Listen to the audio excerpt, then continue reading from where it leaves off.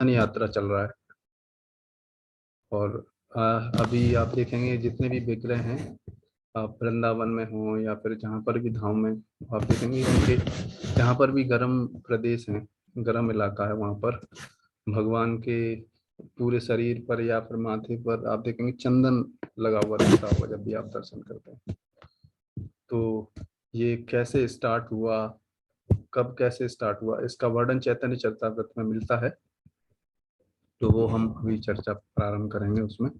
ये चैतन्य चरितामृत मध्य लीला माधवेंद्रपुरी के बारे में है, जो भगवान के शुद्ध भक्त हैं और उनकी भक्ति इतनी प्रगाढ़ थी कि स्वयं भगवान उनको सेवा देने आए है ना।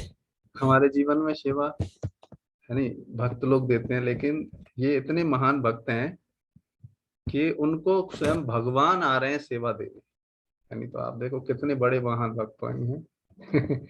तो ऐसे महान भक्तों के बारे में चर्चा करने मात्र से हमारा हृदय निर्मल होता है, सुनने वालों का भी और सुनाने वालों का भी।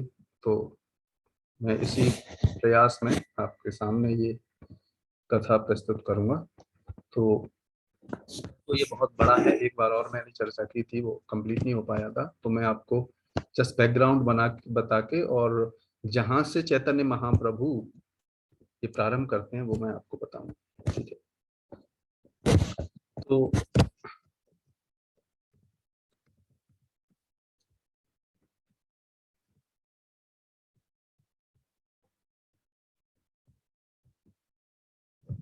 ये चैतन्य चरितामृत मध्य लीला के का चौथावां अध्याय है। मध्य लीला का चौथे में अध्याय से हम चर्चा करेंगे। इसमें जब चैतन्य महाप्रभु संन्यास लेने के बाद जब जगन्नाथपुरी की तरफ जाते हैं, तो उस समय बीच में एक खीर चोरा गोपीनाथ रेमुणा में है ना। अभी ये उड़ीसा में पड़ता है। रेमुणा एक जगह है जहाँ पर खीर चोरा गोपीनाथ का विग्रह है। तो वहां पर आप देखेंगे, तो वहां पर चैतन्य महाप्रभु जब गए तो उन विग्रह को देख के फिर उनके साथ जो 4-5 भक्त थे, जिसमें नित्यानंद प्रभु है ना, गदाधर पंडित, इस तरीके से कुछ भक्त थे उनके साथ, तो वो वहां पर उस रात रहे वहां पर। तो वो उस कथा को उन्होंने सुना था। चैतन्य महाप्रभु तो भगवान है, साक्षात भगवान है, उन्हें तो सब कुछ पता है नहीं। लेकिन फिर भी इस जगत में एक सामान्य मनुष्य की तरह व्यवहार करते हैं। तो उन्होंने अपने गुरु ईश्वरपुरी से सुना था। और माधवेंद्रपुरी कौन है? माधवेंद्रपुरी ईश्वरपुरी के भी गुरु हैं। कहने का मतलब है चैतन्य महाप्रभु के गुरु हैं, है ना? और राधा कृष्ण विग्रह की वर्शिप माधवेंद्रपुरी से ही प्रारंभ हुई स्टार्ट। उससे पहले केवल भगवान का वर्शिप होता था, लेकिन राधा रानी और भगवान कृष्ण का वर्शिप इंट्रोड्यूस किया श्री माधवेंद्रपुरी ने। तो ऐसे महान भक्तों के बारे में चर्चा करने का मौका मिला है, तो वो हम चर्चा करेंगे। तो अभी चैतन्य महाप्रभु और उनके संगीगण रेमुणा में पहुंच गए हैं। आप ये यानी उस एपिसोड में एंटर कर जाइए कि चैतन्य महाप्रभु वहां पर पहुंच गए है नी। और वहां पर पहुंचने के बाद क्या हो रहा है वो वर्णन इस प्रकार से है। वो चैतन्य महाप्रभु वहां पर पहुंचने के बाद क्या करते हैं तो आप सुनिए। मैं आपके सामने शेयर करता हूँ स्क्रीन और फिर उसमें से पढ़ना प्रारंभ करेंगे, ठीक है। और चैतन्य चरितामृत तो ऐसा ग्रंथ है कि उसे कहीं से भी चखो, है कहीं से भी पढ़ो, प्रेम ही प्रेम उसमें उमड़ता है नहीं। इसीलिए इस चैतन्य चरितामृत को क्या बोलते हैं? लव बुक बोलते हैं, प्रेम की बुक है।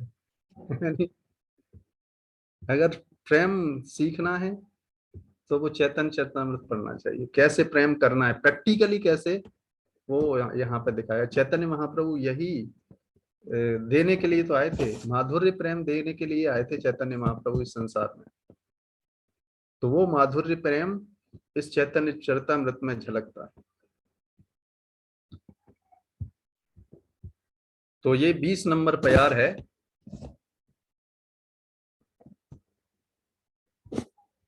ये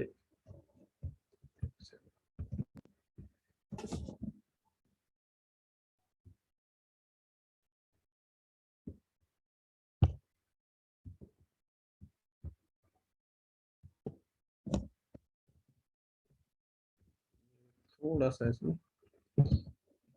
हाँ हाँ, ठीक है, मैं करता हूँ शेयर। तो ये 20वें नंबर प्यार से स्टार्ट होता है, जहाँ पर चैतन्य महाप्रभु बताते हैं। आपको दिख रहा है सबको ना? तो मैं अभी आपको लॉक कर देता हूँ कुछ समय के लिए, है नहीं, जिससे कि किसी का है नहीं, किसी की, है नहीं, कोई डिस्टरबेंस ना हो। ऐसे तो आप सबकी मधुर वाणी है, फिर भी तो थोड़े समय के लिए मैं आपको म्यूट कर लेता हूँ। किसी को अगर अनम्यूट करना हो तो मैं परमिशन दे दूंगा यहाँ से, ठीक है?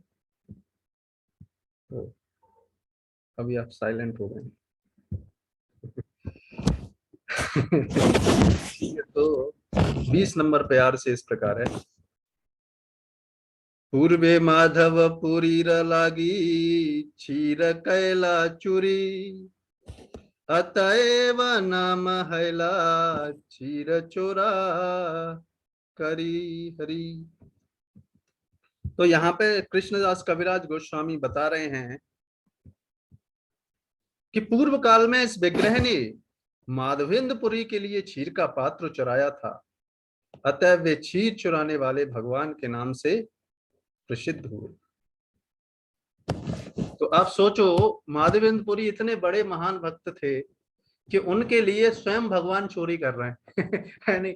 भगवान कृष्ण जब ब्रज लीला में आए तब तो चोरी करते थे अपने लिए और बंदरों के लिए, है नहीं? तो भगवान वास्तव में अपने लिए नहीं करते। भगवान हमेशा अपने भक्तों को आनंद प्रदान करने के लिए ही हर कार्य करते हैं।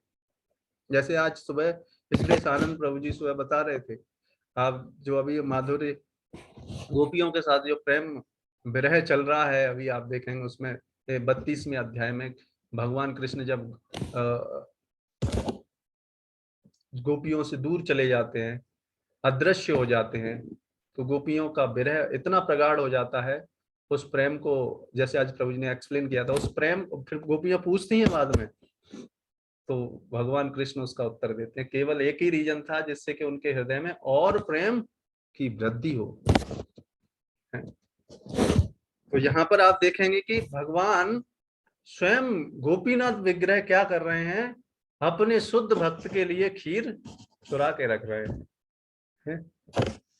तो ऐसे महान भक्त हैं माधवेंद्रपुरी, और इन्हीं की वजह से आज हम जो देख रहे हैं चंदन यात्रा, जो 21 दिन तक चलती है, अक्षय तृतीया से प्रारंभ होके 21 दिन तक चलती है, वो इन्हीं के माध्यम से प्रारंभ हुई। वो कैसे प्रारंभ हुई, वो आज का वर्णन आगे आएगा, है ना?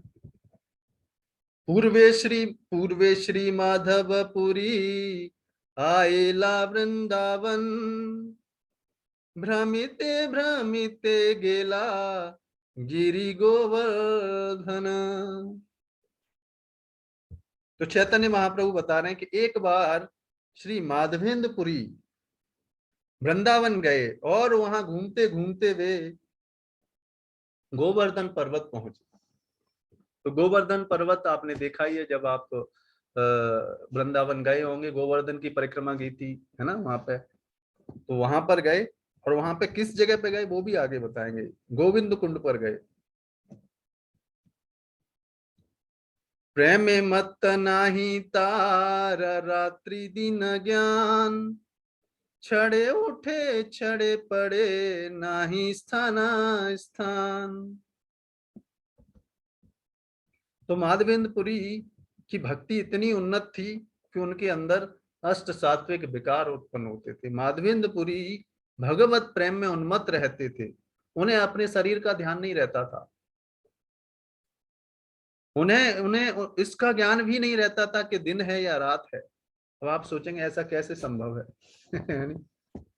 अभी हमारे स्तर पर ये संभव नहीं हो सकता, ना ही हम इसको रियलाइज कर सकते हैं। जब हम उस स्तर पर कभी पहुंच जाएंगे, वैष्णवों और भगवान की कृपा से, अगर उनकी थोड़ी सी कृपा मिल जाएगी, तो हम ये सब चीज रियलाइज कर पाएंगे। है ना। कभी वे उठ बैठते और पर गिर पड़ते, उन्हें उचित अथवा अनुचित स्थान में भेद नहीं रहता था। क्यों? क्योंकि उनका प्रेम भगवान के साथ, जो उनका प्रेम था भगवान के साथ, उनका जो चिंतन था वो इतना होता था कि इस संसार की चीजों अनभिज्ञ रहते थे, संसार की चीजों के प्रति वो। आपने भी अनुभव किया होगा, जैसे आप देखेंगे अपने जीवन में, जब आप बच्चे होंगे उस समय जब खेलने में आप इतने तन्मय हो जाते हैं कि आपकी माँ बुलाएगी कि बेटा खाना खा ले है नहीं, तो हम खाना खाने नहीं आएंगे जो खेल में इतने हम मग्न हो जाते हैं, है नहीं। उसी तरीके से भगवान के जो शुद्ध भक्त होते हैं वो भगवान की सेवा, भगवान के चिंतन, भगवान के स्मरण में इतना तन्मय हो जाते हैं कि इस संसार की प्रति का ज्ञान उन्हें नहीं रहता, दिन है या रात है ना। उसके लिए हमें भक्ति करनी पड़ेगी और वैष्णवों की सेवा करनी पड़ेगी। शैल परिक्रमा करी गोविंद कुंडे आसी, स्थान करी वृक्ष तले आचे संध्याय बसी। गोवर्धन पर्वत की परिक्रमा करने के बाद श्री माधवेंद्रपुरी गोविंद कुंड गए और वहां स्नान किया।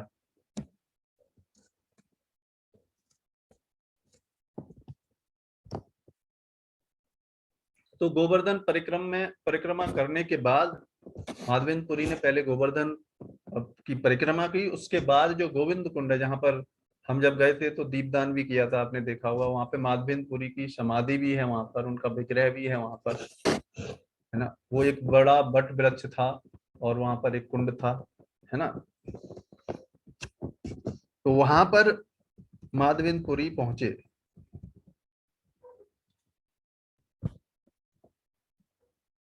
गोवर्धन पर्वत की परिक्रमा करने के बाद श्री माधवेंद्रपुरी गोविंद कुंड गए और वहां स्नान किया। फिर संध्या विश्राम के लिए एक वृक्ष के नीचे बैठ गए। गोपाल बालक एक दुग्ध भांडलैया, आसी आगे धर किछु बलिला हसिया। जब वे वृक्ष के नीचे बैठे थे तभी एक अज्ञात ग्वालवाल दूध का पात्र लेकर आया और माधवेंद्रपुरी के सामने पात्र रखकर हंसते हुए उनसे इस प्रकार बोला। और ये बालक कौन थे? ये बालक स्वयं साक्षात पूर्ण पुरुषोत्तम भगवान श्री कृष्ण थे, है? तो ऐसे महान भक्तों को हमको ये नहीं सोचना चाहिए कि हम भगवान की भक्ति इतने दिनों से कर रहे हैं, है नहीं, अभी भगवान हमको आ ही नहीं रहे, हमारे साथ ऐसा क्यों नहीं कर रहे, है ना है ना। तो फर्स्ट डिजर्व देन डिजायर, है नहीं। तो पहले उतना प्रेम हमारे हृदय में होना चाहिए, तब हम इच्छा कर सकते हैं। केवल इच्छा करने से काम नहीं होगा, पहले उतनी सेवा भगवान के प्रति और उतना प्रेम हमारे भगवान के प्रति और वैष्णवों के प्रति होगा,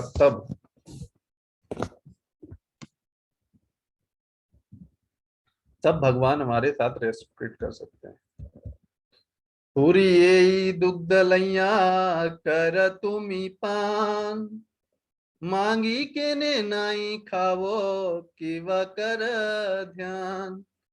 तो वो बालक भगवान कृष्ण के रूप में क्या बोल रहे हैं माधवेंद्रपुरी को?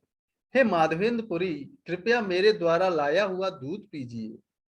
आप खाने के लिए कुछ भोजन क्यों नहीं मांग लाते? आप किस तरह का ध्यान कर रहे हैं? तो माधवेंद्रपुरी ऐसे थे कि वो खाने तक के लिए लोगों के पास नहीं जाते थे मांगने के लिए, मधुकरी भी नहीं करते थे। मधुकरी मतलब अपने पेट भरने तक के लिए लोगों से प्रसाद ला सकते हैं, लेकिन माधवेंद्रपुरी इतने उन्नत थे कि वो अपने शरीर के निर्वाह के लिए भी लोगों के पास नहीं जाते थे। जो भी संयोग से कोई दे गया तो ठीक है, नहीं दे गया तो भी ठीक है। ऐसे भक्तों का ध्यान कौन रखते हैं? पूर्ण पुरुषोत्तम भगवान ध्यान रखते हैं। इसीलिए आप देखेंगे माधवेंद्रपुरी के लिए साक्षात भगवान कृष्ण क्या लेके आए? दूध का लोटा लेके आए।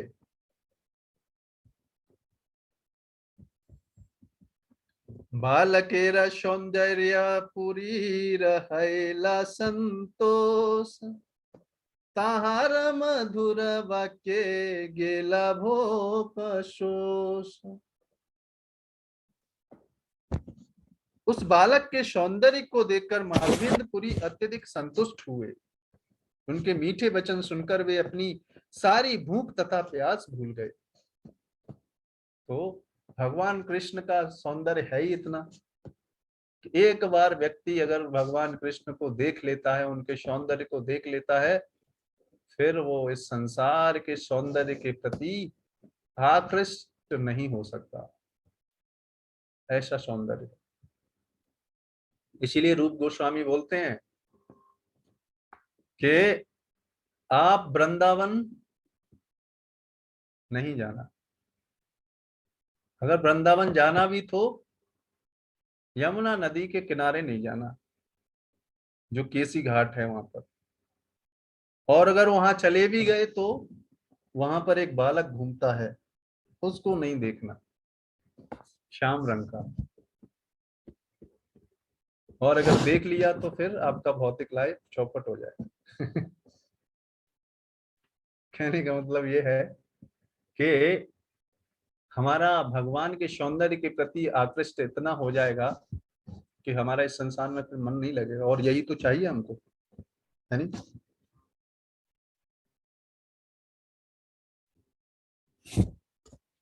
उस बालक के सौंदर्य को देखकर माधवेंद्रपुरी अत्यधिक संतुष्ट हुए। उनके मीठे वचन सुनकर वे अपनी सारी भूख तथा प्यास भूल गए। पुरी कहे के तुम्ही कहाँ तुम्हार वास, के मते जानिया आमी करी उपवास। माधवनपुरी ने कहा, तुम कौन हो, तुम कहाँ रहते हो, तुम कैसे जान पाए कि मैं उपवास कर रहा हूं। तो श्रील माधवेंद्रपुरी ने भगवान, जो बालक के रूप में भगवान आए थे, उनसे पूछा, तुम कौन हो, कहाँ रहते हो और कैसे जाने कि मैं उपवास कर रहा हूँ। भाई उन भगवान तो सबके हृदय की बात जानते हैं, है नहीं? बालक कहे गोप आमी एई ग्रामे वासी, हमार ग्राम ते कहे न रहे उपवासी। बालक ने उत्तर दिया, महाशय मैं ग्वाल बाल हूं और इसी गांव में रहता हूं, मेरे गांव में कोई भूखा नहीं रहता। तो भगवान का जो वृंदावन धाम है वो है ही ऐसा चिन्ह में, है ना? इवन आप अभी इस भूलोक वृंदावन में भी जाएंगे तो वहां पर भी इतना प्रेम है भगवान के प्रति कि आप किसी के घर में जाओगे तो वो कुछ ना कुछ खाने को देंगे आपको। इसीलिए भगवान कृष्ण बोल रहे हैं कि मैं ग्वालवाल हूं और इसी गांव में रहता हूं, मेरे गांव में कोई भूखा नहीं रहता। जेह अन्न मांगी खाए, केह दुग्धाहार, अयाचक जने आमी दितेता आहार। और भगवान कृष्ण आगे बोल रहे हैं, इस गांव में कोई भी व्यक्ति दूसरे से मांगकर भोजन कर सकता है। कुछ लोग केवल दूध पीकर रहते हैं, किंतु यदि कोई व्यक्ति किसी से भोजन नहीं मांगता, जिसको अयाचक व्यक्ति बोलते हैं, अयाचक व्यक्ति उसको बोलते हैं, वो सर्वोच्च कोटि का सन्यासी होता है अयाचक व्यक्ति रखने वाला, कि वो अपने भरण पोषण के लिए भी लोगों पर निर्भर नहीं रहता। अब भगवान लोग स्वेच्छा से उनको जो भी दे जाएंगे उसी में अपना भरण पोषण करेंगे। भोजन नहीं मांगता तो मैं उनको खाने की सारी वस्तुएं देता हूं, है। इसीलिए तो भगवान बोलते हैं भगवत गीता में, योग क्षेम महाभयम। मतलब मैं अपने भक्तों की सारी जो भी कमियां हैं उनकी पूरी करता हूं, जो भी चाहिए उसको। तो भगवान हमारी डिमांड की सप्लाई नहीं करते। जो हमें जरूरत है उसको पूरा करते हैं। जैसे आप देखेंगे भगवत गीता में अर्जुन युद्ध नहीं करना चाह रहे थे, है नहीं, लेकिन भगवान ने उनकी ये इच्छा पूरी नहीं की, है नहीं। हम आप सोचेंगे अरे भगवान अपने भक्तों की इच्छा पूरी नहीं करते। भगवान अपने भक्तों का हमेशा भला करते हैं, है नहीं। जो उनके लिए अच्छा हो सकता था, तो युद्ध करना उनके लिए उत्कृष्ट था, इसलिए भगवान ने उनको युद्ध करने के लिए राजी किया।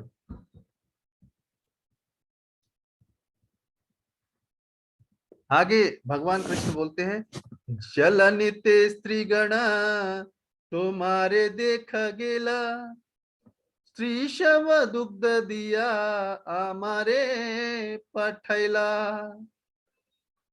तो भगवान बोल रहे हैं माधवेंद्रपुरी को कि पानी लेने आई हुई स्त्रियों ने आपको यहाँ देखा, और ये घटना बहुत पुरानी नहीं है। चैतन्य महाप्रभु लगभग आज से 500 साल पहले आए, उनके गुरु और उनके गुरु लगभग 600 साल पुरानी घटना है।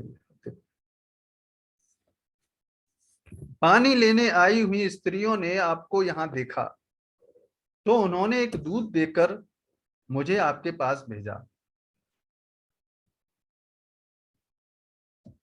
गोदोहन करिते चाही शीघ्र आमी जाव, आर बार आसी आमी यही भंड लैब।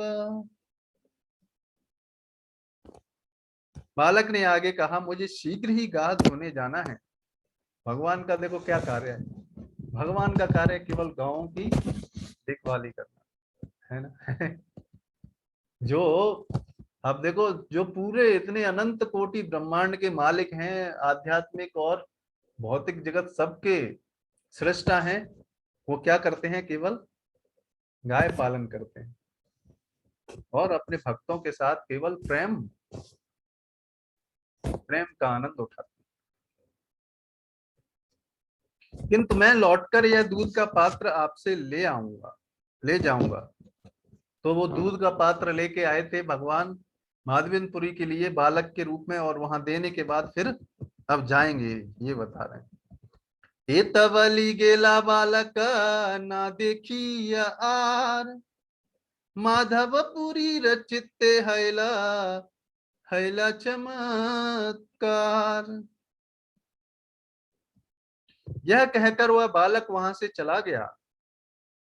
वह बालक अचानक अंतर्ध्यान हो गया, तो माधवेंद्रपुरी का मन आश्चर्यचकित हो गया। तो माधवेंद्रपुरी उस समय नहीं पहचान पाए, लेकिन अब जब दूध पिएंगे तब पता चलेगा। दुग्ध पान करी भांडा दुनिया राखिला, बाट देख से बालक पुनः न आयला। दूध पीने के बाद श्री माधवेंद्रपुरी ने पात्र को धोया और एक तरफ रख दिया। फिर वे उस बालक की राह देखते रहे, किंतु वह बालक लौटा नहीं। तो दूध पीने के बाद उनके शरीर में अष्ट सात्विक विकार हुए, और समझ गए माधवेंद्रपुरी कि वो बालक कोई नहीं था, साक्षात भगवान ब्रजेंद्र नंदन कृष्ण है। और उन बालक की बांट करते रहे, इंतजार करते रहे, लेकिन वो बालक दोबारा नहीं आया। अब क्यों नहीं आया वो आगे बताया जाए। इसके लिए हमको धैर्य पूर्वक सुनना पड़ेगा। बसी नाम लैया पुरी निद्रा नाही है, शेष रात्रि तंद्रा हैला बाहे वृत्ति लय। माधवेंद्रपुरी सो नहीं सके, वे बैठे रहे और हरे कृष्ण महामंत्र का जप करते रहे। तो माधवेंद्रपुरी इंतजार करते करते हरे कृष्ण महामंत्र जप करते रहे। हरे कृष्णा कृष्ण कृष्ण हरे हरे, हरे राम राम राम हरे हरे। और रात्रि समाप्त होने पर उन्हें थोड़ी सी झपकी आ गई। सुबह के समय हल्की सी, लगभग 3 बजे के करीब हल्की सी झपकी आ गई और उनके सारे बाह्य कार्य रुक गए। सोए नहीं, जस्ट हल्की सी झपकी आ गई। जैसे आप देखेंगे जब भागवतम लेक्चर होता है, जब फिजिकली जब हम श्रवण करते हैं तो हल्की सी झपकी आ जाती है नहीं।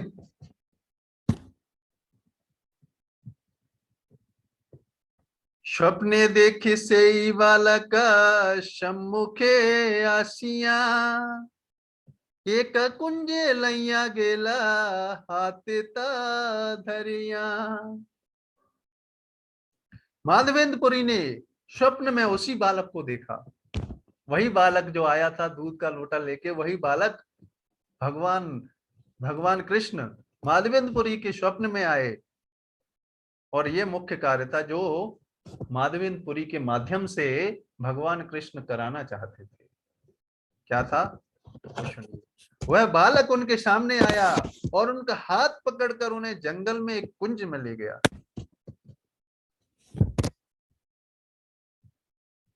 कुंज देखाए कहे आमी एई कुंजे रैया, सीता वृष्टि बाताग्नि महा दुख पाई। बालक ने माधवेंद्रपुरी को वह कुंज दिखाया और कहा, मैं इसी कुंज में रहता हूँ, अतः मुझे कड़ाके की ठंड, बरसती वर्षा, वायु तथा झुलसती गर्मी के कारण अत्यंत कष्ट हो रहा है।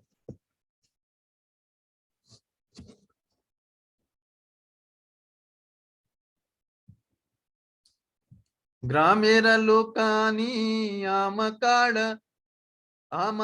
कुंज हैते, पर्वत उपरी लैया राख भल मते। कृपया करके गांव के लोगों को लाकर मुझे इस झाड़ी से निकालिए और उनसे कहकर मुझे पर्वत की चोटी पर भली प्रकार स्थापित कर दीजिए। तो सब साक्षात भगवान माधवेंद्रपुरी को ये सेवा प्रदान कर रहे हैं। इसीलिए बताया जाता है कि केवल और केवल भगवान केवल अपने भक्तों को ही जनित होते हैं। इसलिए भगवत गीता में बोला जाता है, भक्त्या माम अभिजानाति, केवल भक्ति के द्वारा भगवान को जाना जा सकता है। इसीलिए भगवान अपने केवल जो कॉन्फिडेंशियल उन्नत भक्त होते हैं उन्हीं के साथ इस तरीके की उन्नत लीलाएं करते हैं। तो ये सेवा प्रदान की भगवान ने उनको, और उनके भक्त आप देखो माधवेंद्रपुरी सेवा जैसी मिली तो फिर क्या करेंगे वो देखो, वो सेवा भाव माधवेंद्रपुरी का क्या सेवा भाव है। एक मठ करी तहा कर स्थापन, बहु शीतल जले कर श्रीअंग मार्जन। बालक ने आगे कहा, कृपया उस पर्वत की चोटी पर एक मंदिर बनवाइए और मुझे उस मंदिर में स्थापित कर दीजिए। इसीलिए आप देखो भगवान के विग्रह और भगवान में कोई अंतर नहीं है। हो सकता है कि हमारी अभी कनिष्ठ अवस्था है की वजह से हम उन विग्रह में भगवान के दर्शन नहीं कर पा रहे हैं, लेकिन उसी विग्रह में भगवान के जो उन्नत भक्त होते हैं उसी विग्रह में भगवान का साक्षात दर्शन करते हैं। तो डिपेंड करता है कि कितना भक्ति है हमारे हृदय में।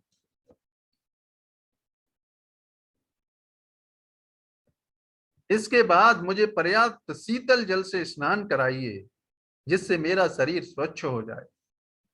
तो भगवान ये सेवा दे रहे हैं किनको? श्रील माधवेंद्रपुरी को। बहुदिन तुम्हारा पथ करी निरक्षण, कवे आसी माधव आमा करिबे सेवन। मैं बहुत दिनों से तुम्हारी बाट देखता रहा हूं और सोचता रहा हूं कि कब माधवेंद्रपुरी यहाँ आकर मेरी सेवा करेंगे। सोचो, भगवान अपने भक्तों के लिए इंतजार कर रहे हैं कि कब वृंदावन आएंगे और मेरी सेवा करेंगे।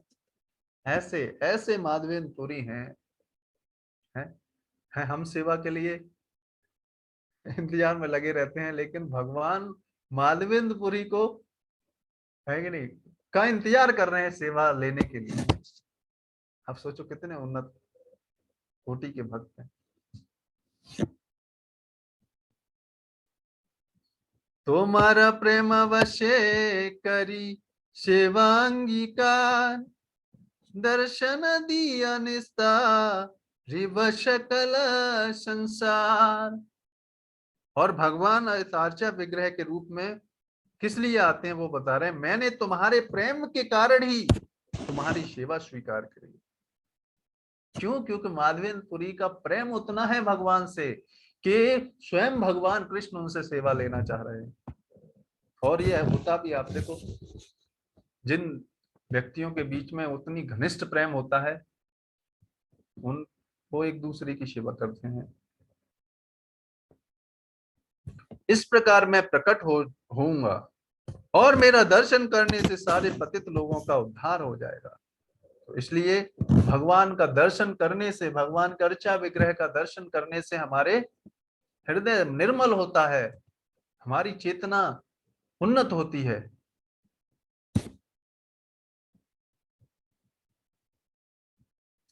श्री गोपाल नाम मोरा गोवर्धन धारी, ब्रजेर स्थापितामि यहाँ अधिकारी।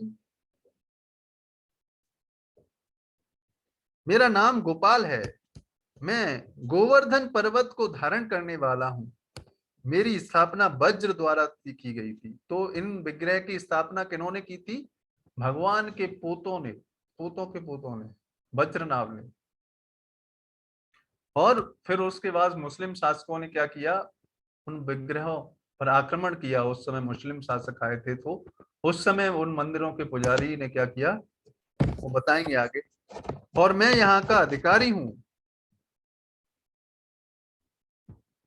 शैल ऊपर है ते आमा कुंजे लुकाइया, मलेच्छ भय सेवक मोरा गेल पलाइया। जब मुसलमानों का आक्रमण हुआ तो मेरी सेवा करने वाले पुजारी ने मुझे जंगल की इस कुंज में छिपा दिया। लगभग 1400 ईस्वी की बात होगी। फिर वह आक्रमण के भय से भाग खड़ा हुआ। तो भगवान के विग्रह को कहीं क्षति विक्षित न करे, इसलिए वो झाड़ी में छुपा के उनके जो सेवक थे वो चले गए। सेई है तेरही आमी यही कुंज स्थाने, भाला है लाइला आमा काड़ा सावधाने। पुजारी के जाने के बाद से मैं इसी कुंज में रह रहा हूँ। यह अच्छा हुआ कि तुम आ गए, अब सावधानी से मुझे बाहर निकाल लो। ये तवली शेवालक अंतर्धान कैला,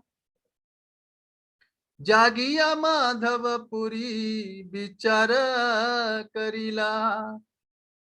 तो अब ये इंस्ट्रक्शन दे के भगवान कृष्ण माधवेंद्रपुरी को अंतर्ध्यान हो गए। तब माधवेंद्रपुरी जाग गए और अपने स्वप्न के बारे में विचार करने लगे। और अब विचार करने के बाद क्या किया उन्होंने? श्री कृष्ण के देखी न मुई नारी नु चिन्नीते, ये तवली प्रेमावेशे पड़िला भूमिते। माधवेंद्रपुरी पश्चाताप करने लगे, मैंने साक्षात भगवान कृष्ण को देखे किंतु मैं उन्हें पहचान ना सका। यह कहकर वे प्रेमावेश में भूमि पर गिर पड़े।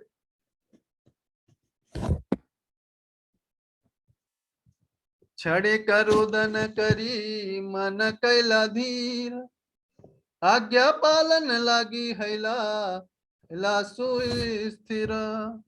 तो भगवान की सेवा के लिए फिर उन्होंने अपने हृदय को शांत किया। माधवेंद्रपुरी कुछ समय तक रोते रहे, किंतु उसके बाद उन्होंने गोपाल की आज्ञा का पालन करने पर अपना चित्त स्थिर किया। इस तरह वे शांत हुए। इसलिए अगर भगवान की और वैष्णवों की अगर हमें सेवा मिल जाए तो सब कुछ हमें छोड़ देना चाहिए उसके लिए, है प्रैक्टिकली सोच के, है ना। प्रातः स्थान करी पूरी ग्राम मध्य गेला, सब लोक एकत्र करी कहते लगिला। प्रातः काल स्नान करने के बाद माधवेंद्रपुरी गांव में गए और सारे लोगों को एकत्र किया।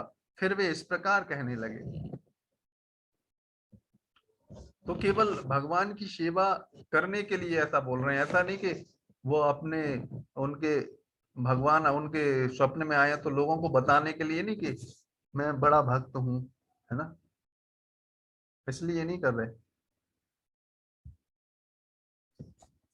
तो केवल भगवान की सेवा हो जिसकी वजह से जो आदेश भगवान दे गए हैं वो आदेश का पालन हो, इसलिए वो बता रहे हैं। नहीं तो हमें ऐसा नहीं को हम, अगर हमें कभी स्वप्न आ भी जाए ऐसे तो ऐसे नहीं बताना चाहिए सबको कि आज मेरे स्वप्न में भगवान आए है नहीं। हाँ, अपने जो गाइडेंस, स्पिरिचुअल गाइडेंस, स्पिरिचुअल जिनसे आप शिक्षा ले रहे हैं उनके साथ कर सकते हैं शेयर। ग्रामेर ईश्वर तुम्हार गोवर्धन धारी, कुंजे अच्छे चल तारे बाहिर जे करी। इस गांव के स्वामी गोवर्धन धारी कुंज में पड़े हुए हैं, आइए चलकर उन्हें उस स्थान से बाहर निकाल लें।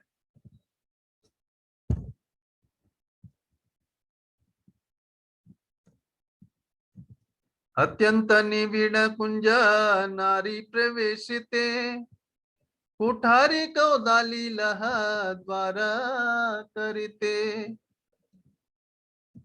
झाड़ियां इतनी घनी हैं कि हम जंगल में प्रवेश नहीं कर पाएंगे। तो जहां पर गोपाल के विग्रह थे वो झाड़ियां काफी घनी थी, अतएव रास्ता बनाने के लिए कुल्हाड़ी तथा कुदाल ले लो। क्योंकि स्वप्न में माधवेंद्रपुरी भगवान के साथ गए थे तो उनको पता है एग्जैक्टली कहाँ पे है भगवान, इसलिए वो पहले से कुल्हाड़ी कुदाल जिससे कि रास्ता बन सके वहां पर लेके चले गए। सुनी लोक तारा संगे चली लहरिषे, कुंज काटी द्वार करी करिला प्रवेशे। यह सुनकर सारे लोग अत्यंत हर्षित हो माधवेंद्रपुरी के साथ चल पड़े। उनके निर्देशानुसार उन्होंने झाड़ियां काट कर रास्ता बनाया और जंगल में प्रवेश किया।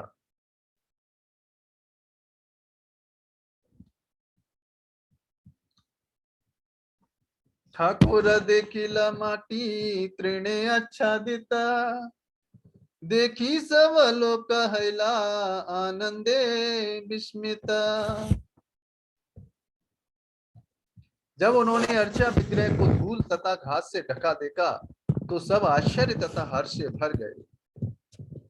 जहां पर माधवेंद्रपुरी उन सब गांव वासियों को लेके आए थे, वहां पर सारे जो गांव के निवासी थे उनको दर्शन हुए गोपाल विग्रह के। आवरण दूर करी करिला विदिते, महामारी ठाकुर के नारे चलते। जब अर्चा विग्रह के शरीर को साफ कर दिया तो उनमें से कुछ लोगों ने कहा यह विग्रह बहुत भारी है, इसे अकेला एक व्यक्ति हिला नहीं सकता। महाबलिष्ठ लोक एकत्र करिया, पर्वत ऊपरी गेला पूरी ठाकुर लैया। चूंकि विग्रह बहुत भारी था अतएव कुछ बलवान लोग उसे पर्वत की चोटी पर ले जाने के लिए एकत्र हुए। तो कुछ पहलवान लोग जो बलिष्ठ थे वो उनको अर्चा विग्रह को अपने कंधों पर रख के कहां पे ले गए, पर्वत की चोटी पर, गोवर्धन पर्वत की ऊपर चोटी पर, और माधवेंद्रपुरी भी वहां गए। पाथरेर सिंहासने ठाकुर बसाइला, बड़ा एक पाथर पृष्ठे अवलंब दिला। एक बड़े पत्थर को सिंहासन बनाया गया। अब कैसे स्थापना हुई, गोपाल विग्रह की पुनः स्थापना कैसे हुई वो बता रहे हैं। चैतन्य महाप्रभु अपने संगी गणों को कहां पर, रेमुणा में, है ना, ये कथा चल रही है कहां पर, रेमुणा में, जहां पर चैतन्य महाप्रभु रुके हैं और वो अपने संगी गणों नित्यानंद प्रभु, गदाधर पंडित, इन सब संगी गणों को ये कथा सुना रहे हैं।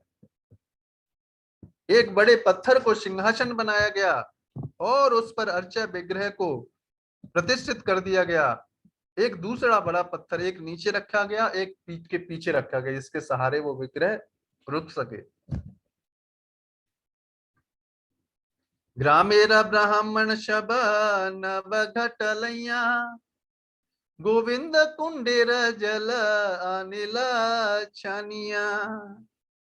तो गांव के जितने भी सारे ब्राह्मण पूरे जल के 9 घड़े लेकर एकत्र हुए और गोविंद कुंड से, है ना, गोविंद कुंड में हम सब गए थे, गोविंद कुंड से पानी लाया गया और उसे छाना गया, जिससे कि भगवान का अभिषेक हो सके। क्यों क्यों अभिषेक हो? क्योंकि उन्होंने बोला था, गोपाल विग्रह ने, कि मैं इतने दिनों से इन झाड़ियों में गर्मी, वर्षा, सर्दी से कष्ट पा रहा हूं, अब मेरी थोड़ा सेवा करो, ठंडे पानी से मुझे नहलाओ, मालिश करो। हैं, देखो भगवान बोलते हैं खुद, सेवा करो मेरी। भगवान की सेवा करने से ही हमारा निर्मल होगा हृदय।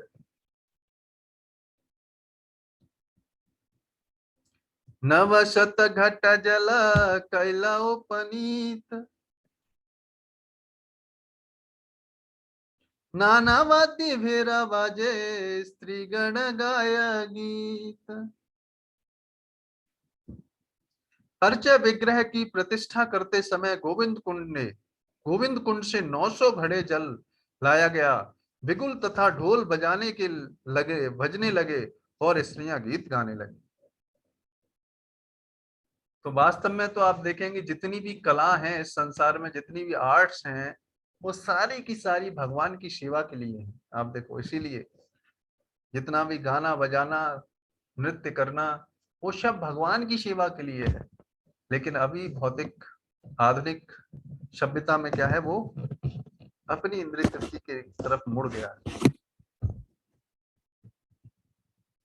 केह गाए केह नाचे महोत्सव हैला, दधी दुग्ध घृत आयला, ग्रामे जत छिला। प्रतिष्ठा उत्सव के समय कुछ लोग गा रहे थे तो कुछ नाच रहे थे। गांव का सारा दूध, दही तथा घी का उत्सव के लिए लाया गया। तो पहले उत्सव कैसे, घी दूध वगैरह इनसे उत्सव मनाया जाता था। इतना प्रचुर मात्रा में घी दूध होता था क्योंकि गाय पालन इतना होता था, खेती और गाय पालन इतना होता था कि प्रचुर मात्रा में घी और दूध इनसे इतनी मात्रा में होता था कि लोग उनके साथ होलियां खेलते थे। आप देखो, अभी खाने के लिए हमारे पास नहीं है यानी उस समय लोग उनके पास इतना होता था कि उसके साथ खेलते थे।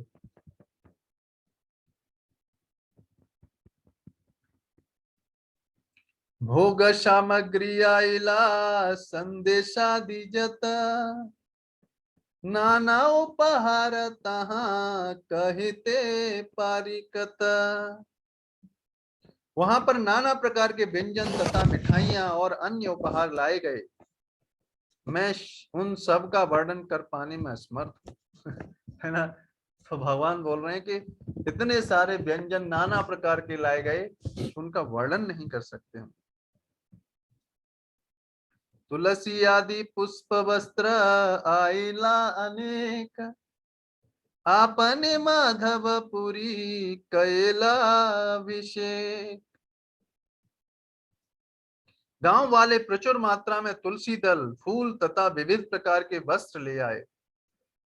तब श्री माधवेंद्रपुरी ने स्वयं अभिषेक स्नान कराने का उत्सव प्रारंभ किया। तो तुलसी दल, फूल तथा जो अभिषेक होता है, आप देखें उसमें तुलसी के दल दल होते हैं, फूल होते हैं। तो अब अभिषेक भगवान का प्रारंभ हो गया। अमंगल दूर करी कराएला स्नान, बहुतेल दिला दिया कैला श्रीअंग चिकन। जब मंत्रोच्चारण से सारा अमंगल दूर हो गया, तब अर्चा विग्रह का अभिषेक प्रारंभ हुआ। सर्वप्रथम विग्रह पर प्रचुर तेल मला गया, जिससे उनका शरीर चिकना हो गया।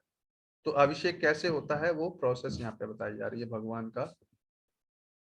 सर्वप्रथम क्या हुआ, भगवान का तेल से मालिश हुआ और फिर उसके बाद उनका शरीर जब चिकना हो गया तो फिर जल और डाला गया उनके ऊपर। पंचगव्य पंचामृते स्नान कराया, महास्नान कराइला सत सत घट दिया। प्रथम स्नान के बाद पंचगव्य से तथा फिर पंचामृत से स्नान कराया। तो पहले पंचगव्य गाय के जो 5 गव्य है, जैसे गाय का दूध, दही, गाय का गोबर और गाय का मूत्र और घी, जो गाय से जो प्राप्त हो उसको पंचगव्य बोलते हैं। फिर पंचामृत से स्नान किया गया, फिर 100 घड़ों में लाए गए घी तथा जल से महान स्नान कराया गया।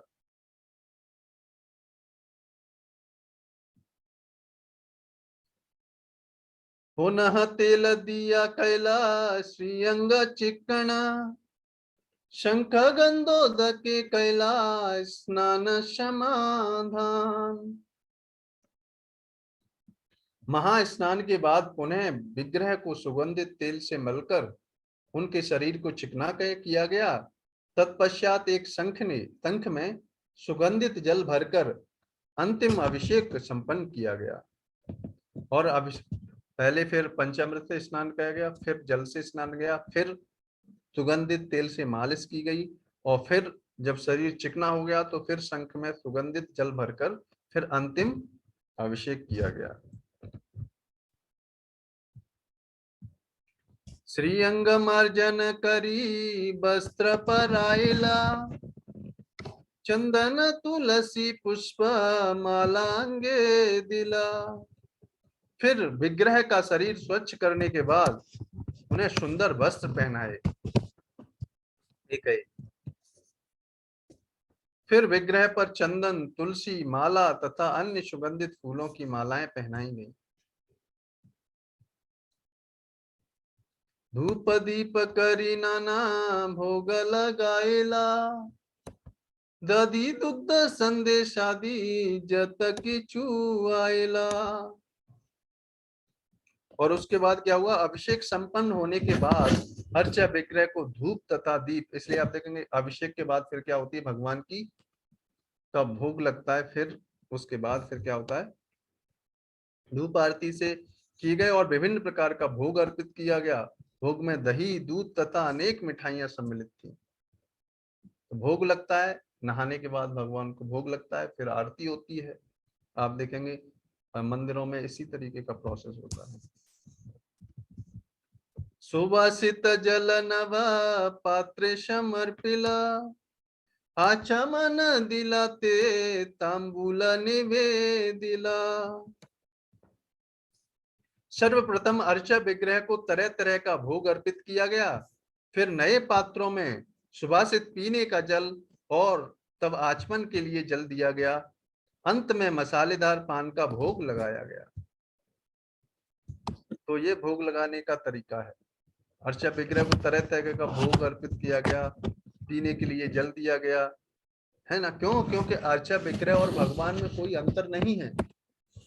अंतर बस इतना है कि हमारे हृदय में कितना भगवान के प्रति प्रेम है ना।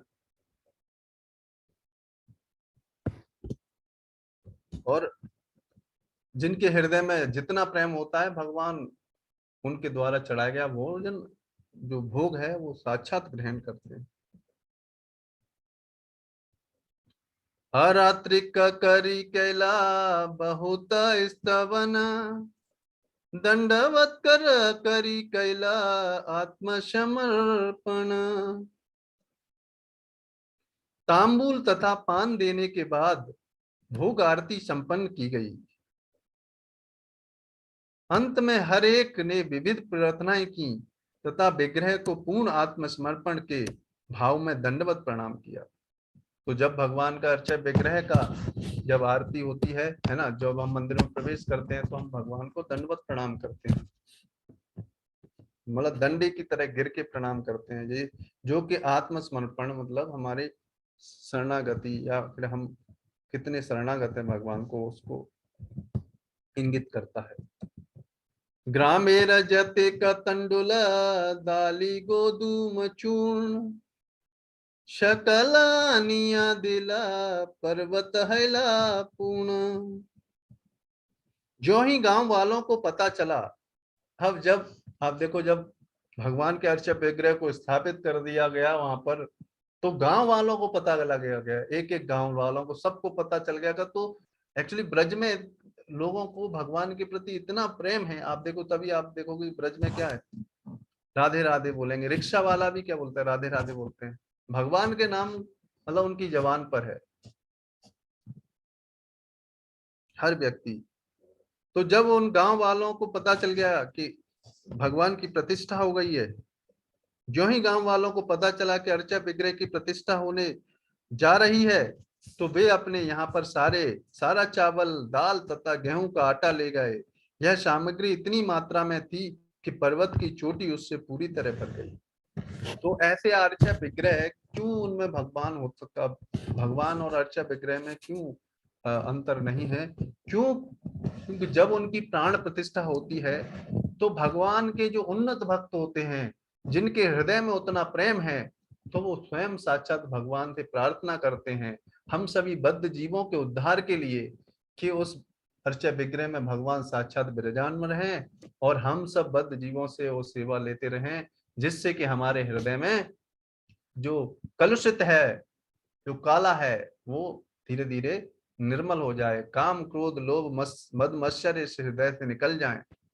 तो वो कब होगा? जब हम भगवान और वैष्णवों की सेवा करते रहेंगे, तब धीरे धीरे करके हमारे हृदय से ये जो अनवांटेड डिजायर्स हैं वो धीरे धीरे कम होंगी। और कोई उम्मीद नहीं है।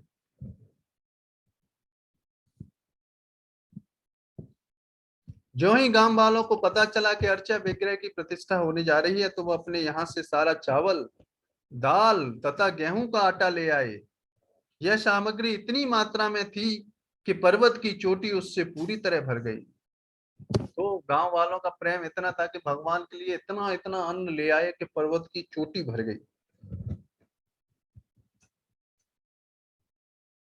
कुंभकार घर छिला जे मृदा जन, शबानाइला प्राते चढ़िला रंधन।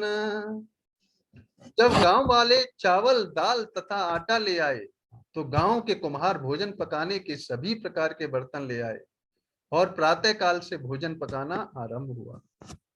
तो अब जब सारा अन्न सामग्री आ गई, तो अब भोजन पकना प्रारंभ हुआ, और जब भोजन पक जाएगा फिर भगवान को भोग लगेगा।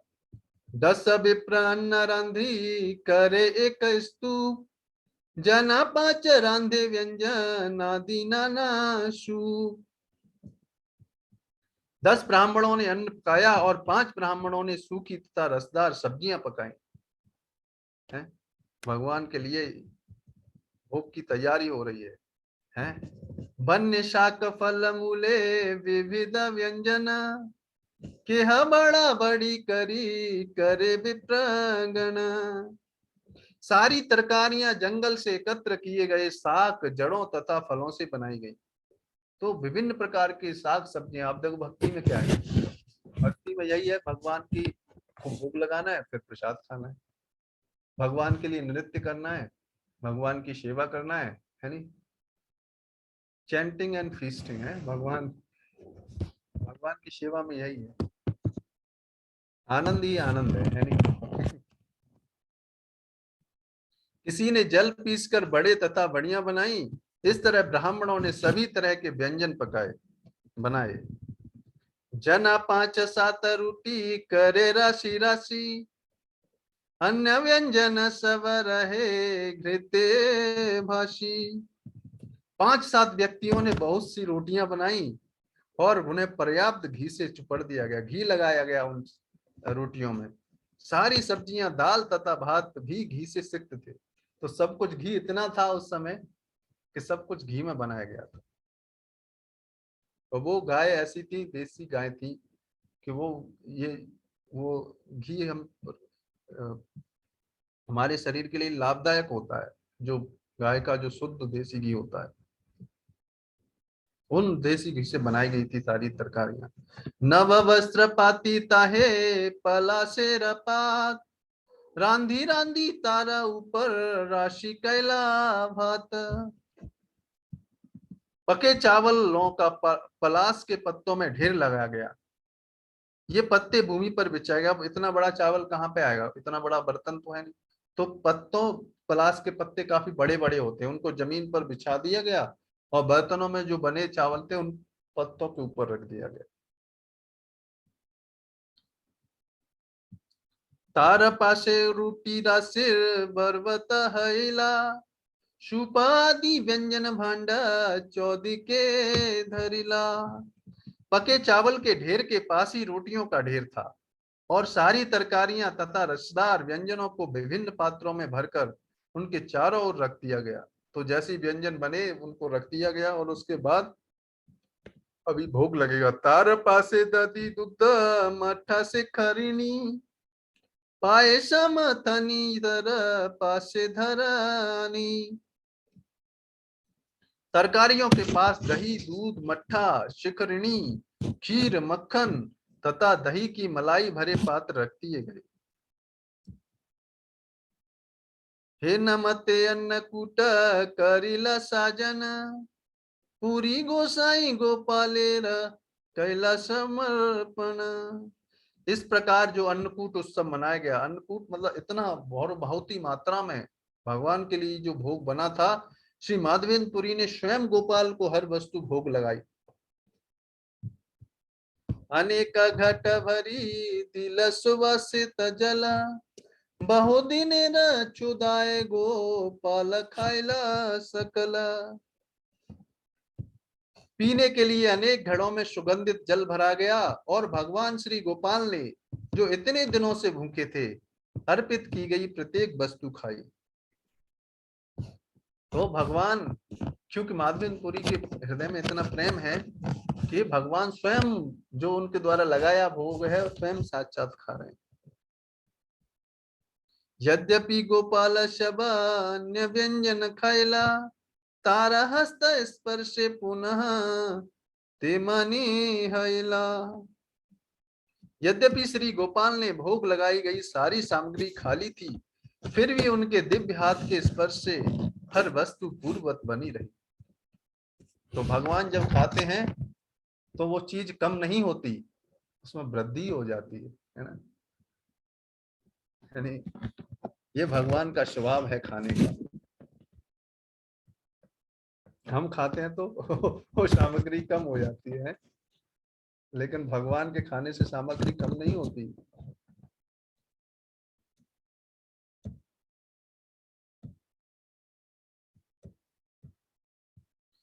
यहाँ अनुभव कैला माधव गोसाई, कारठाई गोपालेरा लोकान किचु नहीं। माधवेंद्रपुरी ने दिव्य अनुभव से जान लिया गया कि किस तरह गोपाल सब कुछ खा लिया गया, गोपाल के द्वारा सब कुछ खा लिया गया और फिर भी भोजन त्यों का त्यों बना रहा। भगवान के भक्तों से कुछ छिपा नहीं रहता, इसलिए भगवान को भगवान के भक्तों का सारे रहस्य पता होते हैं। एक दिन उद्योग छे महोत्सव है कैला, गोपाल प्रभावे है अन्य ना जानिला। एक अद्भुत महोत्सव तथा श्री गोपाल जी की प्रतिष्ठा दोनों की व्यवस्था एक ही दिन में हो गई। तो गोपाल जी की प्रतिष्ठा भी हो गई, गोपाल जी का महोत्सव भी हो गया। निसंदेह यह सब गोपाल की शक्ति से ही संभव हो सका। इससे भक्तों के अतिरिक्त कोई दूसरा नहीं समझ सकता। सही बात है, भगवान की इच्छा के बिना कुछ नहीं हो सकता है। आप देखो, भगवान ने चाहा था कि माधवेंद्रपुरी के माध्यम से ऐसा हो, इसलिए हो रहा है।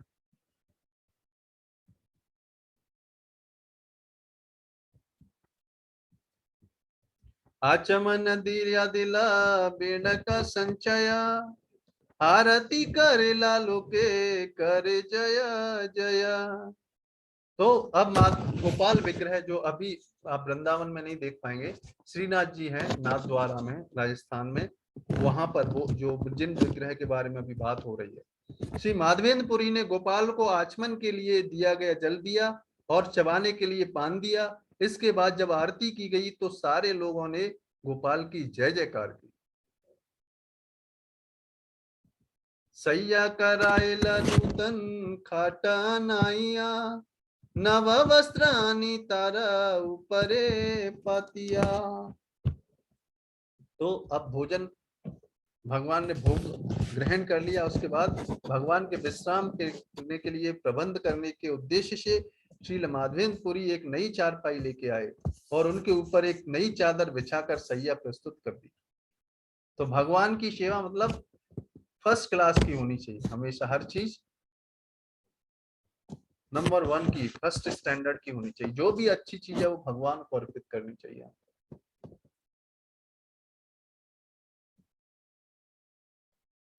त्रेना टाटी दिया चारी दिक आवरिला, ऊपर ते का टाटी दिया अच्छा दिला। चारपाई को चारों ओर से चटाई से ढककर एक अस्थाई मंदिर बना दिया गया। उसके बाद क्या गया, भगवान के लिए एक मंदिर बना दिया गया, चारों तरफ से चारपाई लगाकर। इस तरह एक सैया थी और उसे ढकने के लिए चटाइयां लगा दी ना। तो किस तरीके से तंबू बनाते हैं उस तरीके से चारपाइयों मंदिर बना दिया, उसमें टेम्परेरी मंदिर बना। तो माधवेंद्र पुरी ने ये सब किया। और भगवान को जब हम सारी जो अच्छी चीजें जब हम भगवान को अर्पित करेंगे तो हमारे हृदय में जो आसक्तियां हैं इन चीजों के प्रति वो कम हो जाएंगी, है नहीं। इसलिए इसलिए दान का सिस्टम है है नहीं। हमें धन से आसक्ति है, तो जब भगवान को हम धन की सेवा में जब धन लगाएंगे तो धीरे धीरे आसक्ति कम हो जाएगी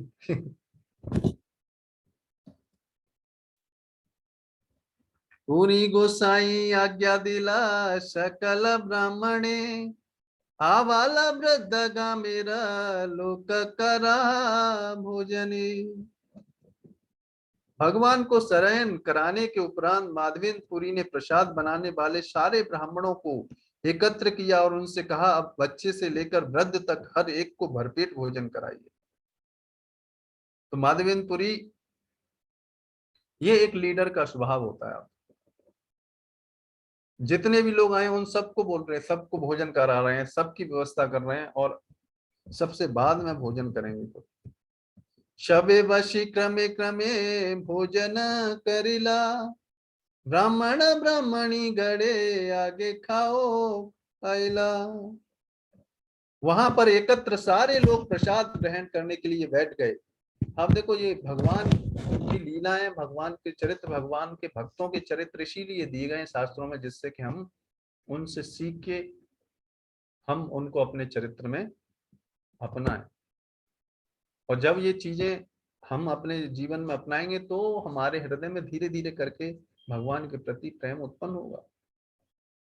इसीलिए इन शास्त्रों का हमें श्रवण अध्ययन करते रहना चाहिए हमको, है ना। क्योंकि डेली डेली हम भौतिक संसार से हम डील करते हैं, तो इसलिए हमें इनका श्रवण और अध्ययन रेगुलरली करते रहना चाहिए, जिससे डेली चेतना अपलिफ्ट रहेगी।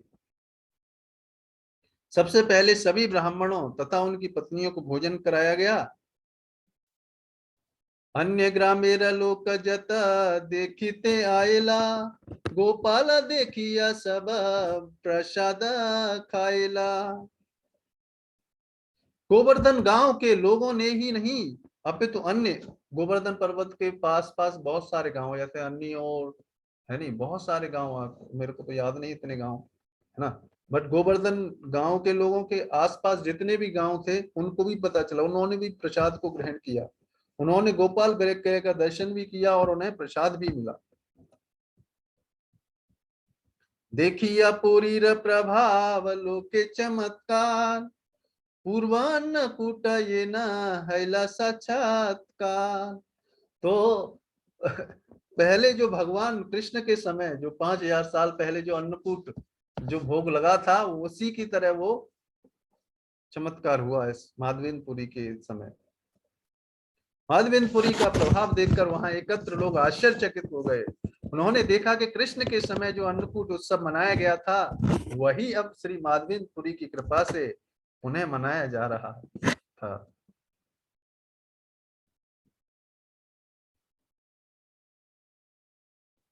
शकल ब्राह्मणे पुरी वैष्णव करिला, से सेवा मध्य सभा नियोजिला। इस अवसर पर उपस्थित सारे ब्राह्मणों को श्रील माधवेंद्र पुरी ने वैष्णव संप्रदाय में दीक्षा दी और उन्हें विभिन्न सेवा कार्यों में लगा दिया। इसीलिए आप देखेंगे केवल ब्राह्मण ब्राह्मण कौन होते हैं? जो भगवान ब्रह्म जानाति ब्राह्मण, है ना, जो भगवान को जानता है, भगवान की सेवा करता है ना, पठन पाठन यजन याजन ये सारे कार्य करता है, मतलब भगवान के बारे में शिक्षा लेता है, भगवान के बारे में दूसरों को बताता है, ये ब्राह्मण का कार्य है और इन्हीं कार्यों में दूसरों को लगाता है। तो श्रील माधवेंद्रपुरी वैष्णव संप्रदाय से थे, तो उन्होंने दीक्षा दी वैष्णव संप्रदाय। इसलिए वैष्णव जन क्या होते हैं? क्योंकि उनका सारा कार्य भगवान की सेवा के निमित्त होता है, इसलिए वैष्णव जन इन ब्राह्मणों से भी ऊपर होते हैं। उन्हें विभिन्न सेवा कार्य में लगा दिया गया।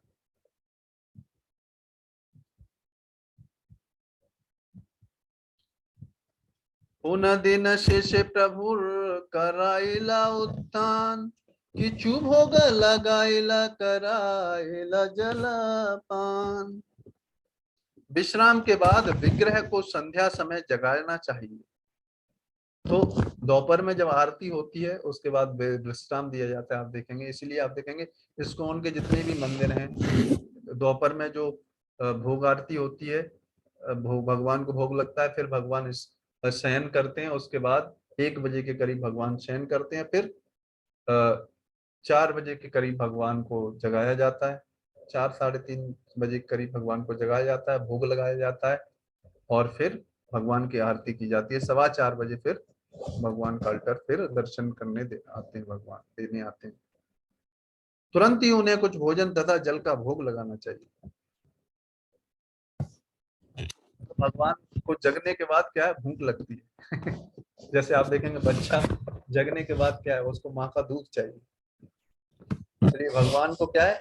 उठते ही भगवान को क्या चाहिए? माखन चाहिए, है नहीं?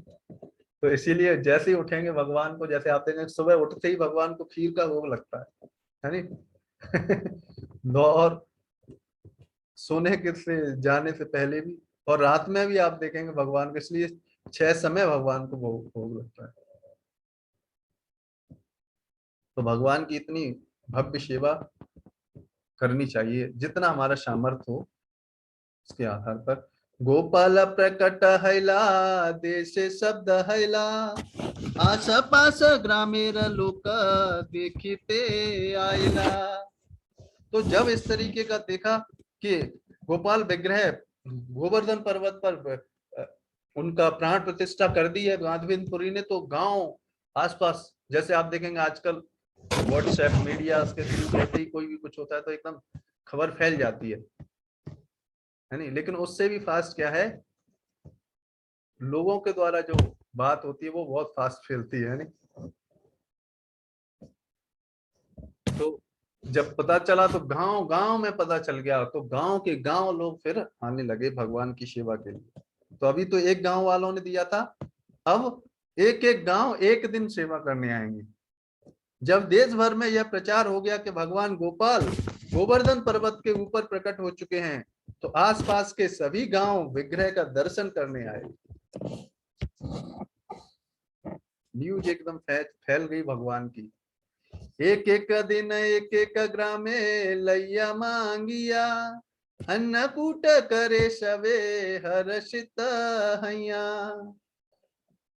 ये हर एक गांव वालों ने एक एक करके माधवेंद्रपुरी से प्रार्थना की कि अन्नकूट उत्सव मनाने के लिए उन्हें एक दिन नियत कर दिया जाए। तो इतने सारे भक्त लोग इकट्ठे हुए वहां पर भगवान की सेवा के लिए। इतने गांव के लोग हैं कि माधवेंद्रपुरी को ये डिसाइड करना पड़ा कि किन गांव वालों को पहले सेवा में नियोजित किया जाए है। ये है प्रेम ब्रजवासियों का भगवान के प्रति है। रात्रि काले ठाकुरे रे कराइया शयन, पूरी गोसाई कैले किछु गव्य भोजन। और जब इस तरीके के बाद जब इतने सारे लोगों को सेवा में लगा दिया, फिर श्रील माधवेंद्रपुरी ने दिन भर कुछ नहीं खाया, किंतु रात में विग्रह को शयन कराने के बाद उन्होंने दूध से बना प्रसाद खाया। तो रात के समय थोड़ा सा उन्होंने प्रसाद ग्रहण किया, दूध के बना हुआ। प्रातः काले पुण्य तेछे करिला सेवन, अन्ना लैया एक ग्रामेर आइला लोका गण। ये तो एक दिन की बात हो गई। दूसरे दिन क्या हुआ, पुनः अगली सुबह अक्षय विग्रह की सेवा प्रारंभ हुई और एक गांव के लोग विविध व्यंजन के खाद्य द्रव्य, जैसे पहले दिन हुआ वैसे दूसरे दिन भी हुआ। दूसरे गांव वालों ने भोजन बनाया, भोग लगाया और फिर सब गांव वालों को खिलाया और फिर भगवान को शयन कराया गया। और ये कई महीनों महीनों तक चलता गया। अन्न घृत दधि दुग्ध ग्रामे जत छिल, गोपालेर आगे लोक आनिया धरिला। गांव के सारे निवासी गांव भर का सारा अन्न, घी, दही तथा दूध गोपाल विग्रह, अर्चा विग्रह का भोग लगाने के लिए लाए। तो गांव में पहले जो सभ्यता होती थी वो भगवान को केंद्र में मान के रखे होती थी। मतलब सारा सब कुछ किसका है, भगवान का है। इसलिए घर में भी जब हम स्थापना करते हैं भगवान की, तो हमको किस भावना में रखना चाहिए कि ये घर किनका है, भगवान का है, नहीं हमारा नहीं है। हम तो भगवान के घर, भगवान का घर है, उनके घर में रह रहे हैं। और वास्तव में अगर देखा जाए तो ये संसार, सारी सृष्टि किसकी है, भगवान की। हम तो टेनेंट हैं है कि नहीं, किराएदार हैं हम सब, और भगवान को किराया भी नहीं दे रहे हैं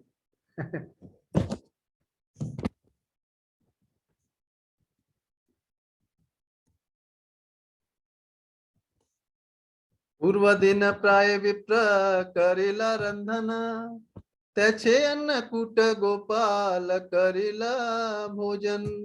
दूसरे दिन पहले की तरह अन्नकूट उत्सव मनाया गया।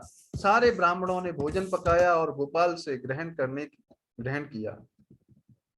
ब्रजवासी लोकेर कृष्णे सहज प्रीति, गोपालेर सहज प्रीति ब्रजवासी प्रीति। कृष्ण भावनामृत संपन्न करने के लिए आदर्श स्थान क्या है, ब्रजभूमि या वृंदावन है। क्यों है वहां पर, क्योंकि और वृंदावन ब्रजवासी कौन है, ब्रजवासी वो नहीं है जो कि जाके ब्रज में रह रहे हैं। ब्रजवासी, असली ब्रजवासी वो हैं जिनके हृदय में भगवान के लिए प्रेम है। मतलब जहां पर भी हैं लेकिन उनके लिए भगवान का चिंतन हो रहा है, वो वास्तव में असली ब्रजवासी। जैसे आप देखेंगे हमारे बड़े बड़े वैष्णव आचार्य लोग, यानी षड गोस्वामी गण, रूप गोस्वामी, सनातन गोस्वामी, ये सब ब्रजवासी हैं। प्रभुपाद विदेशों में प्रचार किया लेकिन उनका हृदय कहाँ पर था, वृंदावन। उनके हृदय में हमेशा वृंदावन का चिंतन होता था, उनको ब्रजवासी बोलते हैं। जहां लोग स्वभावतः कृष्ण से प्रेम करते हैं, मतलब जो लोग जिनके हृदय में भगवान के प्रति प्रेम है, वो क्या है, ब्रजवासी है, चाहे वो कहीं पर रहे। और कृष्ण भी उनसे प्रेम करते हैं। तो असली ब्रजवासी की परिभाषा हमें पता चली क्या, कि जिनके हृदय में भगवान के प्रति प्रेम है। क्यों है ऐसा, क्योंकि जो जिनके हृदय में भगवान के प्रति प्रेम है वो उनका चिंतन हमेशा करते हैं और भगवान भी उनके हृदय में हमेशा रहते हैं। तो यही तो ब्रजवासियों की खासियत है। आप देखो एक गोपियों की क्या दशा थी, यही थी कि वो भगवान के विरह में रह नहीं सकती एक क्षण।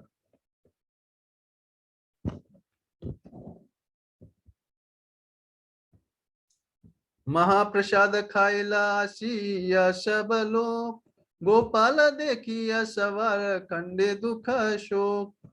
तो विभिन्न गांवों से अनेक लोग गोपाल विग्रह का दर्शन करने आए और उन सब ने पेट भरकर महाप्रसाद ग्रहण किया।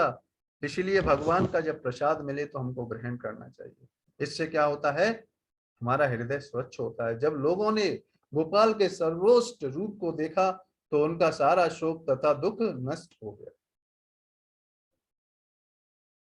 और गोपाल विग्रह का दर्शन किया तो क्या हुआ, हमारे शोक, भगवान का दर्शन करने से भी, ये सारे भगवान के से रिलेटेड जो भी भगवान की भक्ति के अंग हैं उन्हें करने से क्या होता है, हमारा हृदय निर्मल होता है।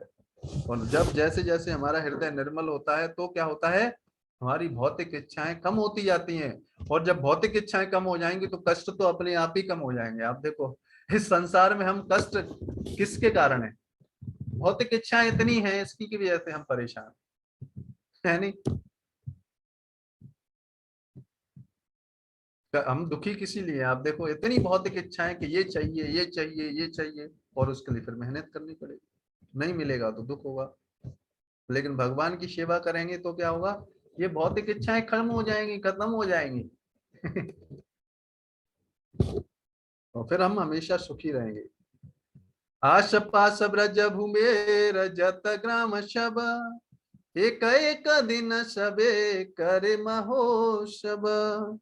वृंदावन के आसपास के सारे गांव के लोग गोपाल के प्राकट्य की जानकारी मिलने पर इनका दर्शन करने आए। उन सबने दिन प्रतिदिन अन्नकूट उत्सव मनाया।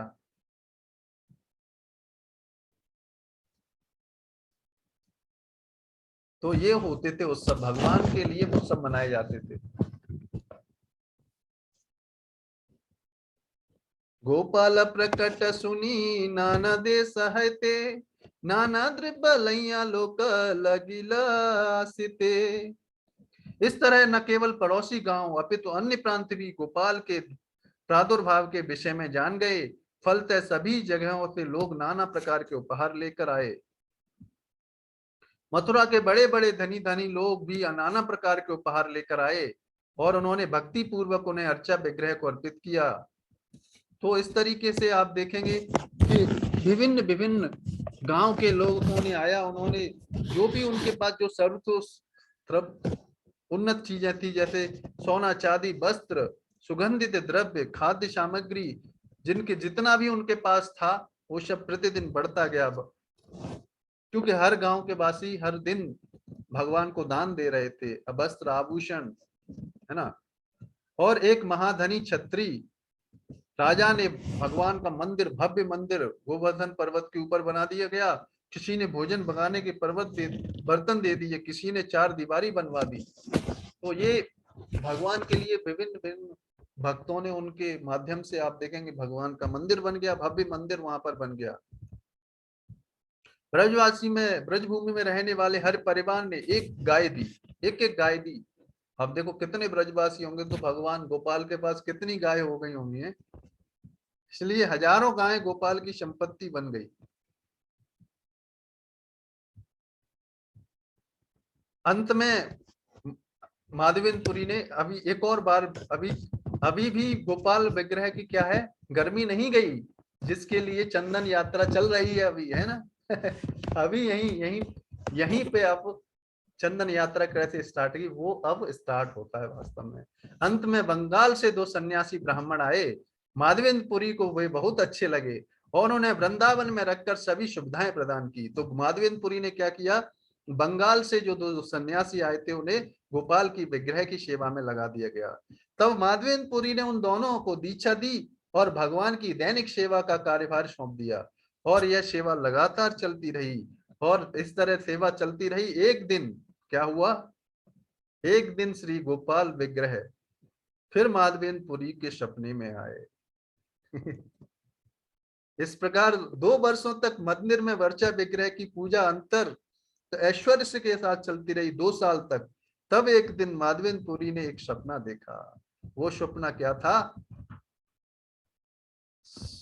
सपने में माधवेंद्रपुरी ने देखा कि गोपाल कह रहे हैं, मेरे शरीर का ताप अभी भी कम नहीं हुआ, तुम मलय प्रदेश से चंदन लाओ और मुझे शीतल बनाने के लिए मेरे शरीर पर इसका लेप करो।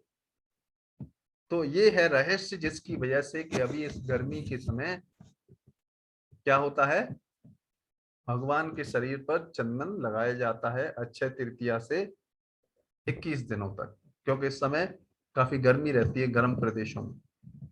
तो वहां पर अभी अभी क्या चल रहा है, अक्षय तृतीया अभी जैसे 3 मई को थी, तो अभी 21 दिनों तक क्या चलेगी, ये चंदन यात्रा चलेगी। तो जो भक्त आप मंदिर में, मंदिर के आसपास हैं जहां पर इस्कॉन के मंदिर हैं या फिर जो भी मंदिर हैं जहां पर अर्चा विग्रह हैं, तो वहां पर अगर चंदन यात्रा चल रही है तो वहां पर चंदन घिसने की सेवा मिलती है सबको। तो अगर हमें मिले तो हम जाके वहां पर भगवान के लिए चंदन घिस सकते हैं, है ना, कुछ सेवा कर सकते हैं। तो सपने में माधवेंद्रपुरी ने देखा कि गोपाल कह रहे हैं, मेरे शरीर का ताप अभी कम नहीं हुआ, तुम मलय प्रदेश से चंदन लाओ और मुझे शीतल बनाओ, बनाने के लिए मेरे शरीर पर इसका लेप करो।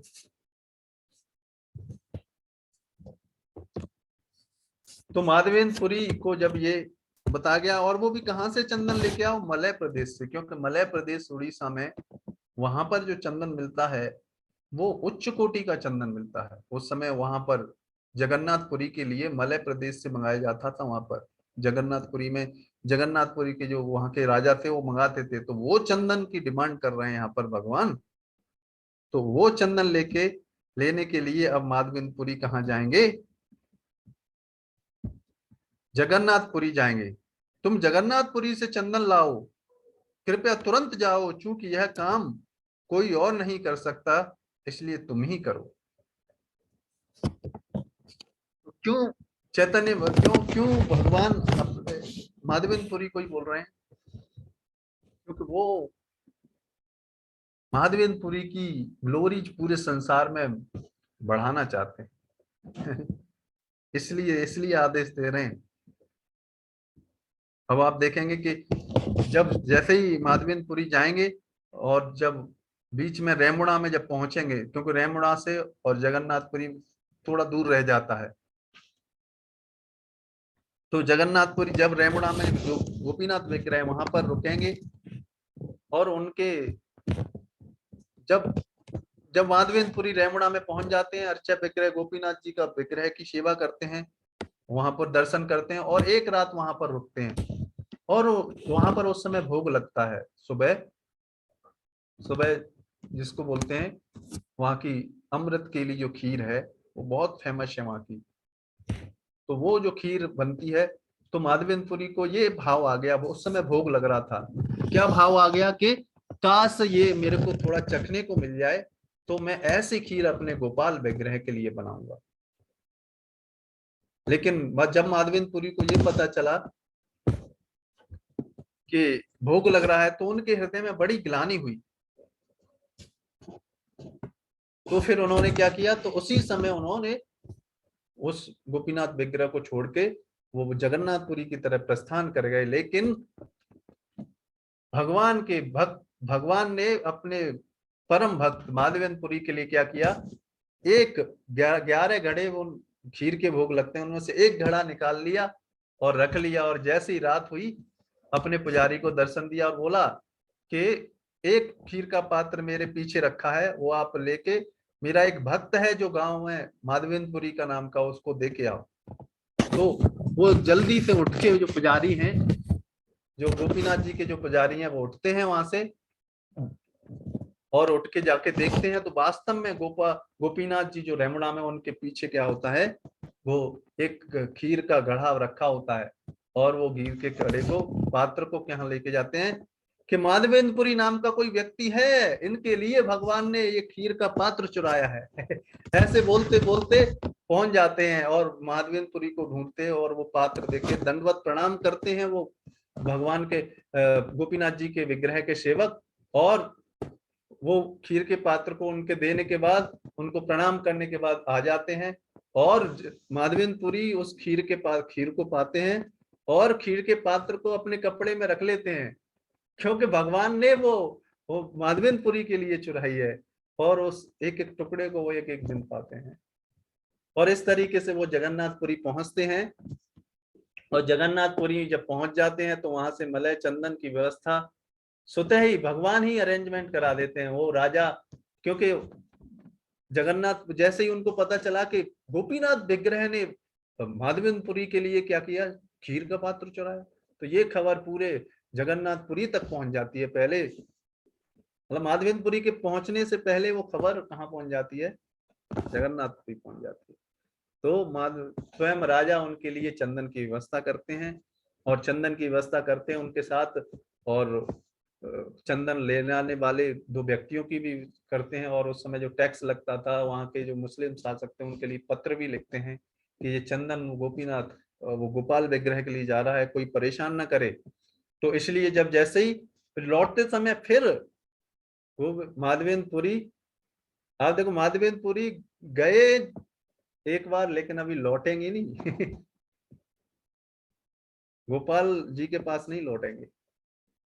और जब आए तो फिर रेमुणा में आते हैं, और रेमुणा में आने के बाद फिर दोबारा क्या होता है, रेमुणा में आने के बाद वहां रुकते हैं, और उस रात्रि फिर जो गोपीनाथ विग्रह हैं वो स्वप्न में आते हैं, और माधवेंद्रपुरी के बोलते हैं, माधवेंद्रपुरी मुझ में और गोपाल में कोई अंतर नहीं है, तुम ये चंदन के मेरे शरीर पर लगाओ। ये जब तक चंदन खत्म नहीं होता, जितना चंदन आप डेली क्या करो, घिसो और मेरे शरीर पर लगाओ, और मेरे शरीर पर लगाओ तो गोपाल विग्रह के शरीर से ताप चला जाएगा। तो जब माधवेंद्रपुरी को ये स्वप्न आया तो उन्होंने 2 ब्राह्मण लिए और खुद उस चंदन को घिसा, और ये पूरा जो चंदन लेके आए थे वो लगभग 21 दिनों तक चला, सारे 21 दिनों तक। इसीलिए हम देखते हैं कि अभी वो जो 21 दिनों तक इस चंदन यात्रा चलती है। तो माधवेंद्रपुरी जो चंदन लेके आए थे, जो गोपीनाथ विग्रह के शरीर में जो लेप किया था, वो 21 दिनों तक चला था। इसीलिए उसी को स्मरण रखते हुए, ऐसे महान भक्तों के स्मरण को रखते हुए ये चंदन यात्रा मनाया जाता है, जो कि अभी चल रहा है ना। तो ऐसी चंदन यात्रा में अगर हमें मौका मिले किसी मंदिर में, जो आसपास के इस्कॉन मंदिर हैं या फिर जो और भी मंदिर हैं जहाँ पर, तो हमें जरूर उनके चंदन का हमें घिसना चाहिए। ठीक है, तो इसलिए चंदन यात्रा मनाया जाता है। तो ये किन के माध्यम से स्टार्ट हुआ, ये श्रील माधवेंद्रपुरी जो कि भगवान के ऐसे परम भक्त हैं, उनके उनकी वजह से ये चंदन यात्रा स्टार्ट हुई। तो इसीलिए यहाँ पर ये अभी जो चंदन यात्रा चल रही है। वैसे तो माधवेंद्रपुरी के बारे में अभी और भी वर्णन है बहुत सारा, आप देखेंगे चैप्टर बहुत बड़ा है, पढ़ते पढ़ते कब 4-5 घंटे लग जाएंगे, है ना, फिर भी नहीं खत्म होगा। है नहीं, है ना। तो बट ये कि अभी समय भी होने जा रहा है ना, हमारा समय जो था निर्धारित समय वो समाप्त हो गया है। भगवान की लीलाएं कभी समाप्त नहीं होती। तो अगर आपका कोई प्रश्न है तो हमारे पास 2 मिनट हैं, तो मैं आपको प्रश्न पूछने के लिए अलाउ कर देता हूँ, है ना। आप अनम्यूट करके प्रश्न पूछ सकते हैं, अगर कोई प्रश्न इस या अभी हमने जो डिस्कस किया, या चंदन यात्रा से रिगार्डिंग या माधवेंद्रपुरी के रिगार्डिंग, तो वो आप पूछ सकते हैं। हाँ, विद्वान मुकुंद प्रभु ने हाथ उठाया। विद्वान मुकुंद प्रभु आप, या वृंदा माता जी, 3 हाथ हैं, बस 3 ही प्रश्न लेंगे, फटाफट लेंगे क्योंकि हमारे पास 1 मिनट है। 1 मिनट में हमको आंसर देने हैं 3।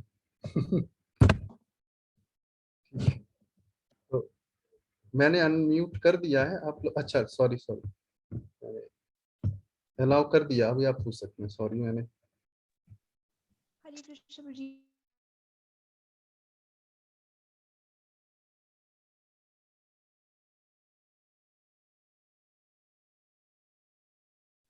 हरे कृष्ण जी, प्रभु जी मेरी आवाज आ रही है प्रभु जी भी?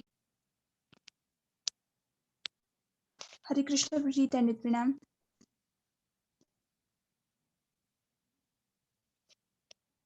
प्रभु जी आपका म्यूट है। विष्णु का म्यूट है, आपका माइक म्यूट है प्रभु जी। म्यूट था यस प्रभु जी।